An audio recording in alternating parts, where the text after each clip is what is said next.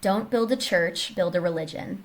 Said by Maureen White, the former vice president of Target, she describes the process of developing a brand identity that is truly unique and one that really does inspire obsession. Brands like Coca-Cola, McDonald's, Apple, Google are ones that have truly stood the test of time and stand in the hearts of consumers much more than their competitors. What is it about these brands that makes them so unique? The examination behind this question has been really well documented and researched throughout Patrick Hanlon's Primal branding book. Even though this book is a little bit older than I would have preferred with many outdated references from 2006, it is a really excellent read. It does well to highlight how to make a brand truly unique. It has a lot of relevant information about it, about branding, with 3 things in particular that did surprise me about branding. So the first thing that surprised me was there is a need for consumers to be a part of something that is bigger than themselves. 2, besides only being used by companies, implementation of the Primal code can be used by both locations and by personalities. And 3, Primal engineering requires company-wide involvement to become a truly unique and beloved brand. Starting with the need for customers to be a part of something bigger than themselves, the Primal code is what allows for a company to deeply connect with clientele in a deeper way and is made up of 7 parts.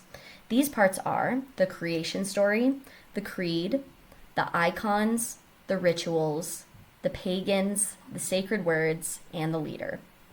Examples of a creation story include Apple starting out in a garage. Examples of the creed, what a creed basically is it really just tells consumers what you want others to believe about you. So this includes the United States with the Declaration of Independence and all men are created equal. On the corporate side, just do it for Nike makes the customer feel like they can really do truly anything athletic within Nike branded clothing. Examples of icons include quick concentrations of meaning that express the brand. So this would include the Apple logo, the Fox NFL song, and the smell of Starbucks. Rituals can be either big or small, so this can include something as small as pouring Guinness into a glass, or it could also involve something bigger like ski resorts like Aspen annually hosting the Winter X Games every year.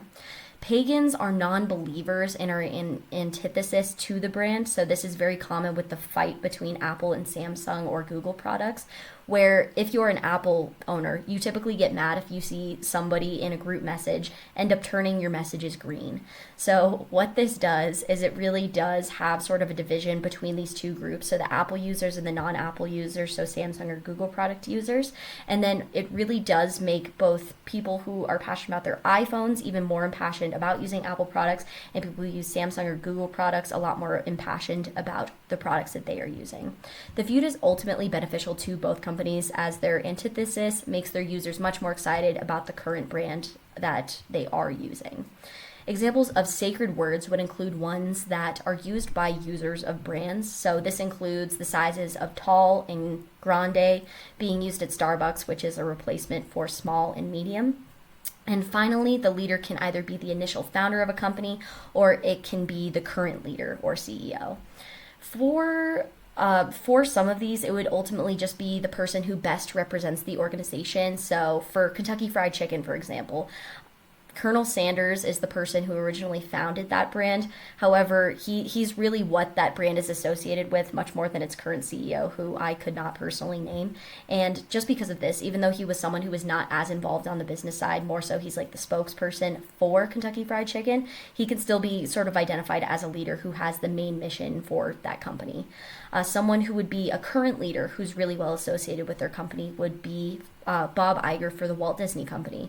Even though, yes, Walt Disney himself, who was the original founder of the company, is very popular and very famous and is very well associated with the mission that that company did outline, Bob Iger is just so well associated with Walt Disney to the fact where when he did end up retiring as CEO, he ended up coming back to fix some of his followers or some of the mistakes that were made by Bob Chapek, his replacement, and he ended up actually really replacing him and is now currently again the CEO of the Disney Corporation. All of these parts of the code ultimately do come together to inspire consumers to be a part of something that is bigger than themselves. So as a result, Patrick Hanlon, the author of the book, really emphasizes that a brand must have all 7 of these aspects in order to have a true fanatic who is obsessed with your brand. The second main thing that I learned from the Primal branding book was how the Primal code can be used, again, not only by corporations, but it can be used by locations and personalities. So a few of the locations that they use in the book as examples include Las Vegas and Aspen. So there is a feeling associated with these locations because they have all aspects of the Primal code. Having the code for these locations can really drive up real estate prices just by being a part of this special location. So Las Vegas, for example, has the feeling that anything can happen and has the special creed of what happens in Vegas stays in Vegas.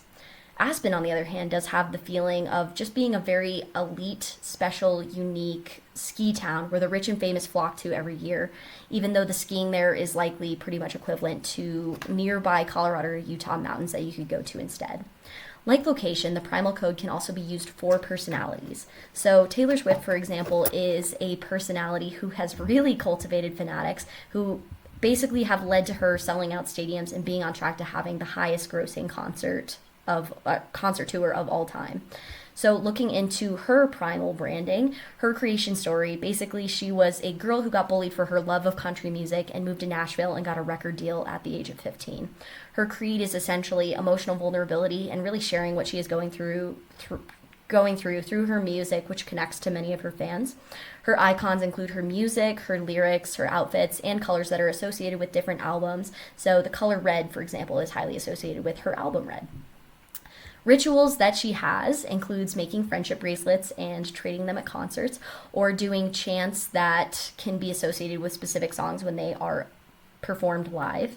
Some of her pagans include her nemesis Kanye West, many of her ex-boyfriends, and people who do not like Taylor Swift. Taylor Swift even addresses a lot of her pagans by making fun of them in one of her songs by saying, "Ew, who's Taylor Swift anyway?" Just really acknowledging the fact that she does have these pagans out there. Some of the sacred words she has, Swifties are the names for her fans, and many of her lyrics themselves have become sacred words like, "I'm the problem, it's me." The leader, of course, is Taylor herself, and overall, her Primal personality has been very beneficial to her and has proven that it increases not only fan demand, but her net worth as well. Finally, the third thing that I learned from Primal branding is that the implementation for the code should be both internal and an external process. New employees really need to be integrated into the Primal code and just make sure that it is super strong within company culture.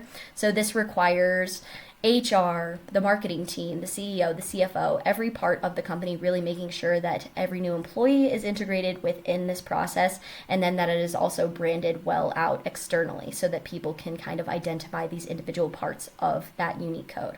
If a company thinks that they do have all parts of the Primal code, then they really do need to check both, again, internally and externally to make sure that common people can actually name parts of that company's code, because if they do not, then it is likely that they have not clearly messaged their code well as a result. And if they do not actually have this well associated internally and externally, then it's unlikely that they would be able to have the fanatics for their brand that they are truly hoping to have and cultivate. Moving on to impacts by COVID and how that relates to Primal branding. Even with COVID, companies can still emphasize their Primal brand by changing aspects of their business model just to make sure that they keep consumers engaged within the brand culture. So Starbucks, for example, was one of the companies that was listed within the book, and I think would still be a relevant example today for how a brand is able to keep people involved. So Starbucks is a very sticky brand that has all parts of the Primal code. With COVID, since their business has retail stores and they were affected by people not necessarily wanting to go in person to pick up their coffee as much, the way that Starbucks adapted to the consumer change is they had a few different methods for making sure that they were still able to keep people coming back to Starbucks. They adjusted their operations both during COVID and then afterwards by making sure that they were able to focus on to-go and drive-through options. Additionally, they strengthened their relationship with delivery organizations like DoorDash and Uber Eats to accommodate people who do not want to drive all the way to the stores at all. And then they have an increased use of contactless payments, the Starbucks mobile app, and then mobile wallets, which have ultimately been able to increase consumer transactions and reduce the risk of people getting sick. Finally, since the culture of Starbucks is very dependent on its baristas, who are a big part of the ritual every time you go to a Starbucks, they made sure to take care of their employees by providing benefits like paid sick leave and mental health resources to its employees during the pandemic. Finally, they were just ultimately able to maintain this brand fanaticism, particularly through the use of the Starbucks app, which has really grown a lot in popularity since COVID, and it makes it really easy to make sure you're able to upload money to the Starbucks mobile app, and then you can use that, get rewards on the app, and then just continue to go back to Starbucks and continuously, purchase their product. They've made it even easier. In addition to that, they've also made it even easier for their customers to get access to Starbucks coffee through both drive-through and delivery options. Moving on to the Primal Code with my employer. So my employer is Lockheed Martin, and the Primal Code discussed in this book still does impact my employer, even though it might be debatable whether or not they are a sticky brand like Coca-Cola. I think even though they might not be a sticky brand, just because they are an aerospace and defense contractor whose main customers are the U.S. government and other allied governments, I think that they do try to keep many parts of the Primal Code in line just throughout their business model. So when I first started at Lockheed Martin, the required trainings that we had that our HR would make all new hires watch, and that they still continue to make all new hires watch, would be videos that talked about the creation story of Lockheed Martin and a lot of the programs that we support as well. In addition to that, these videos would involve creeds, so some of those would be engineering a better tomorrow, and for Lockheed Martin Space's case, they would say, we do space, and they would send out a bunch of merch that would have these types of lines on them that you could wear at home. So some of the icons that Lockheed Martin has includes the F-35, rockets, satellites, and then the Dark Star, which is the plane, if you've seen Top Gun Maverick, that is shown at the beginning of that movie. So rituals involve viewing launches, which is a pretty big deal to go to if you are a part of Lockheed Martin Space. So pagans would involve protesters or those disagree with the Lockheed Martin mission of national security. Sacred words. The things that come to mind the most for sacred words would be a lot of the acronyms that I hear on a regular basis for many of the programs that we use. So everyone there talks in acronyms, and I cannot even keep up with all these acronyms, so I would say that they have their own internal sacred words that everyone uses. External users may be a little bit harder to identify what that would look like. For the leader, the main leader that I hear about is former CEO Marilyn Hewson, and I hear about her at least once a month. And even though she isn't even the current CEO of Lockheed Martin. Jay Malave is is the CFO of Lockheed Martin, who I also hear a lot about. So I would say I primarily hear about our former CEO, Marilyn Hewson, and our current CFO, Jay Malave, even though I very, very rarely ever hear about our current CEO, so much that I don't even have his name off the top of my head. So internally, Lockheed is focusing on employees knowing the Primal Code. This may be difficult to express externally to government customers, but they do design buildings and rooms at Lockheed Martin facilities specifically to show off to their customers. So this is a really big ritual that Lockheed Martin kind of does facilitate with our government customers, is that whenever they do have somebody visiting, they get to show this off or take them on a tour of a Lockheed Martin facility, which can be a really exciting and interesting experience for them to have. Additionally, for government customers, they have video content that they show to those who visit, which shows off the icons like the F-35, various rocket launches, the Dark Star, and they usually touch on the mission of national security in these videos, which could be related to both the creed or the sacred words. So ultimately, externally, I think Lockheed Martin is lacking in sort of promoting their leader, their creation story, an easy to remember creed, but since they do have a strong focus on these items internally, I think that that is a really big benefit to having a united culture that people really are drawn to and just makes people want to stay at the company for a long period of time. Overall, having a Primal Code is essential to a strong brand. Without having a strong brand, a company could be replaced by a competitor at any time who is better able to resonate with its customers. Creating both a connection to the brand internally and externally is essential and can be used not only by corporate brand levels, or on the corporate brand level, but it could also be used for locations and for personal branding as well.